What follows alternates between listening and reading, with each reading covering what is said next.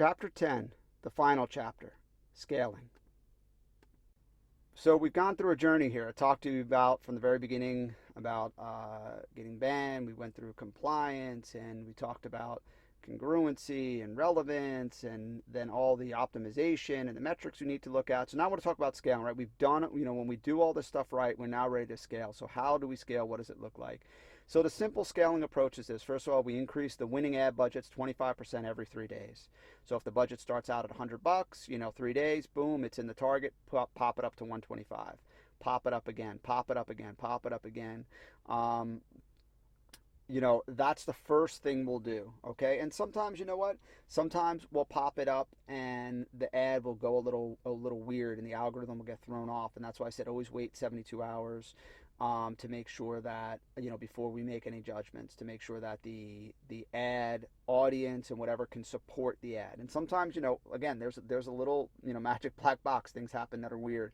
But the first thing we'll always do is we'll increase that budget 25% every 3 days. If we notice that is the ad cost or the CPL is just getting way out of range or the cost is getting out of range, sometimes I'll just start the whole ad over. That's a winning ad, except I'll start it at a higher point. So rather trying to scale up from $50 to, $62.50, I'll start the ad at $100 or $200 or $300 a day. And so start at a higher point. That's another strategy. Number two, the second part of simple scaling is duplicate the exact proving ad campaign, again, with the ad that's already warmed up, that has by now hundreds, if not 1,000 likes on it and all that positive feedback and great relevance to a new audience. So again, we start with that sweet spot audience. We'll then duplicate it to another audience, maybe a lookalike audience, maybe another audience of a competitor, other audiences that we'll test.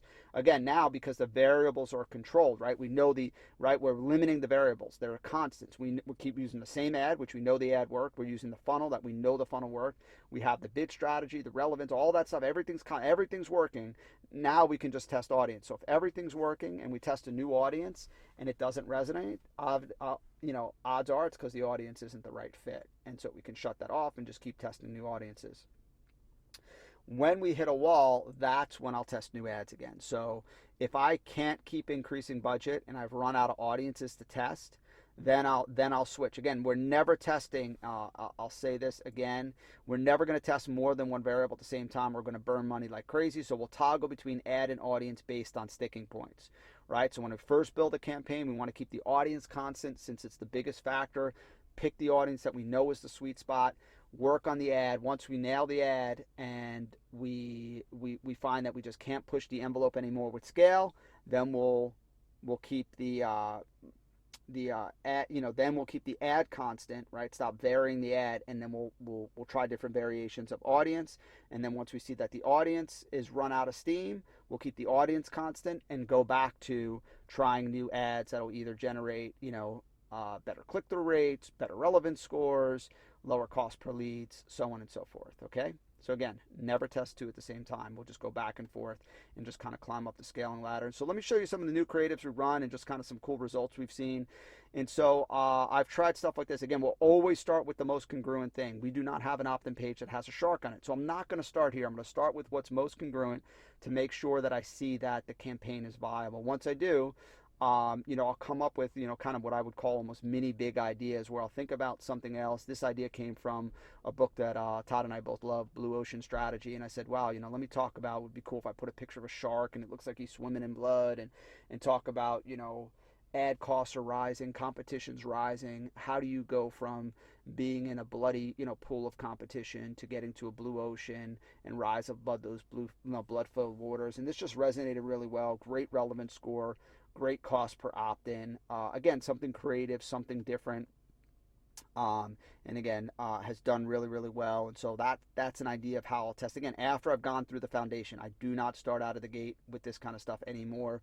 It's way too hard to figure things out. This is another one I came up with. I love farms. And this is the first time, very, very proud. We hit a 10 relevance on this, which is really, really cool. Cost per opt-in was a little bit higher, but it was really great to see that relevance score because that just shows that, wow, Facebook loves what we're doing. And the idea was, I said, people talk about a farming and food crisis. Well, there's also a marketing crisis. And so I was like, hey, I noticed something about the farming crisis going on in the country the other day. It got me thinking we may be on the verge of an equally game-changing marketing crisis.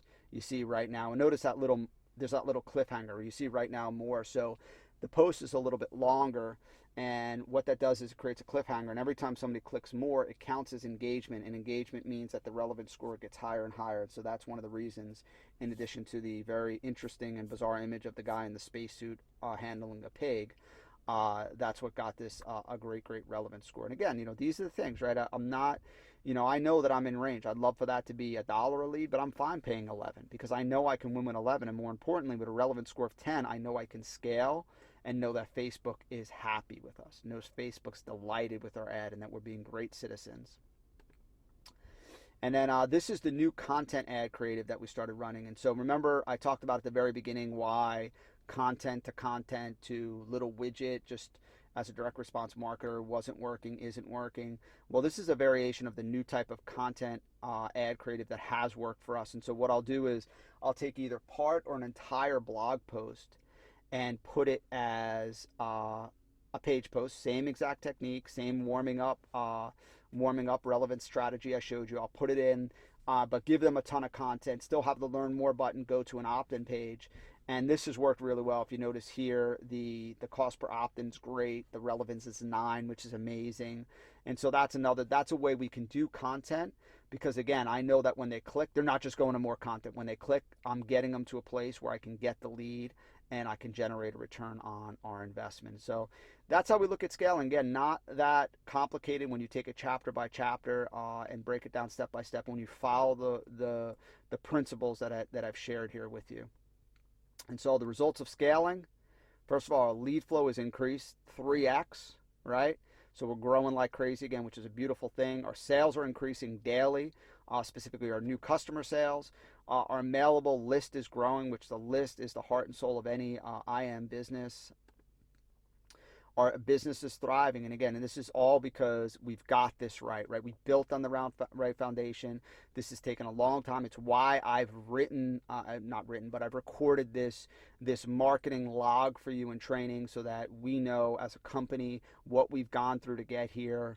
We learn from the mistakes and we benefit from all the time and dollars that have been invested so that we can scale, because you know what, there's so many, like what we do is so life-changing, right? I mean, we've seen that again and again. Every time we have an event, every time we do stuff, we get the text and the Facebook messages almost daily from all the clients, all the lives we're changing, all the people we're impacting, and that's that's why we do what we do. That's why we work as hard as we work. And so traffic is that vehicle to just really make sure that we're helping that many more people, we're reaching that much more of the market, we're changing that many more lives, and we're helping that many more entrepreneurs get past their sticking points, get past their marketing problems, stand out in their market so they can make a difference in other people's lives. So I know that sounds big, but really that's what this is really about. That's what we're not just scaling for scaling's sake. We're scaling because we know we can change lives and because what we're doing matters. And so that's why it matters that we nail traffic, we do it well, we do it with excellence, like everything we do here at MFA. So